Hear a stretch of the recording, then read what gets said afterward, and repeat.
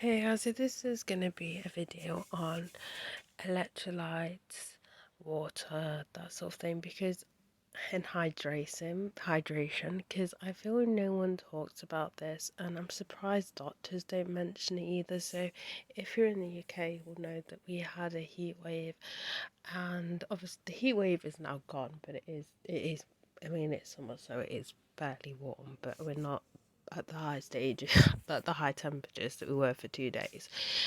And a lot of us were kept here and we stay hydrated, drink plenty of water, and yeah, that's not the best advice, which we'll get into now in this video. So, obviously, it's important to stay hydrated. You do need water. Don't get me wrong, but you also need electrolytes. So obviously, you would notice when you sweat, you're sweating out water. Hence why they say to keep hydrated. But also, what else is in that water is salts and electrolytes. And the problem is, you can be overhydrated and you can dilute the electrolytes in your body. Well, not dilute, but you know what I mean. Like, basically, you can die from being too hydrated. I'm not 100% know how it works when it comes to electrolytes and water. All I know is all I know is you can have too much water. It's very, very rare you hear pieces of key. Very rare you hear cases of people actually dying of having too much water on a normal day. Generally because, I mean, you have to drink quite a bit. So there's that, and it's kind of hard to do when it's like a normal like temperature. But it has happened before. Um, but anyway, so if you do know what electrolytes do, so electrolytes basically help your organs function. It helps with blood clotting. It helps with regulating your heartbeat. So think of it this way. So if you've got like a battery remote control car that runs on batteries, as it starts to obviously run out and go low, it starts to kind of, it's not as fast till eventually it doesn't work because there's no more power in the battery. Like, so compare that to the human body when it comes to electrolytes. So we've established that the body needs electrolytes to run, but it does also need water. The problem is you've got to sort of kind of balance it out. So my advice is to at least have, so depending, so at least not just drink water, drink electrolytes. So electrolytes are in like sports drinks. So if you look, not for your normal Lucozade, but if you Lucozade, do like a Lucozade Sport, I know they're high in sugar, but as an example, yeah, you can make your own as well.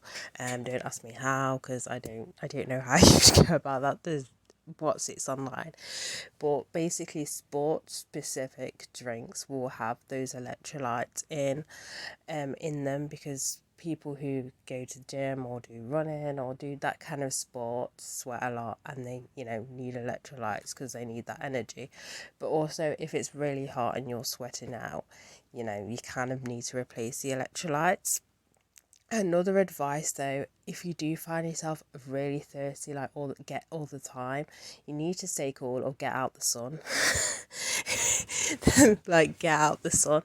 I don't understand how people are out there at like 40. Like, I don't understand. By the way, I'm talking about UK temperatures. I don't know about conversion, so I'm not gonna. But I don't know how you can enjoy it anyway. But if you find you are getting, obviously, you get dizzy, you get headaches, and you've evaluated the fact you are drinking a lot, get out of the sun and stay cool. But the main thing is, if you do have to be outside in those temperatures, it's important that you do balance it out. I mean, with those days, I mean, I was going to the gym, but I was having at least three. So the drink that I drink at the gym has electrolytes in it, and that day I made sure I had at least 3 bottles of electrolytes compared to the amount of water I was drinking.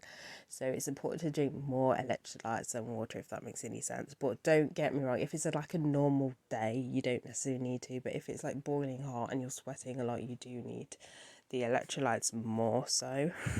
But don't completely cut out the water. Don't get me wrong, don't completely cut out the water, because you do need the water as well. It's just important that you kind of balance it out.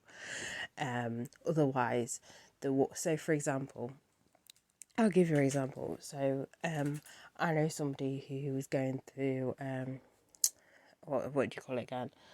Hot flushes and menopause, and they're feeling dizzy when they're at work because their work is high paced and everything like that. And that person was drinking water, but only water. And I told them, you know what, you should drink electrolytes, though, because this person was complaining of, feeling dizzy, and I'd swap out the water for the electrolyte, and that person felt a lot better. So, as I said, it's more so kind of the electrolytes you need more than the water, but I feel I needed to share that with you because I feel like nobody knows, and they just think like sports drinks with or drinks with electrolytes are generally just for people who go to the gym, and that's not the case. Everyone needs them. And the reason why obviously sports people have it because they sweat when they work out.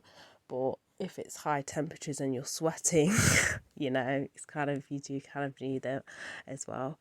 But yeah, that's it for this video. So bye guys.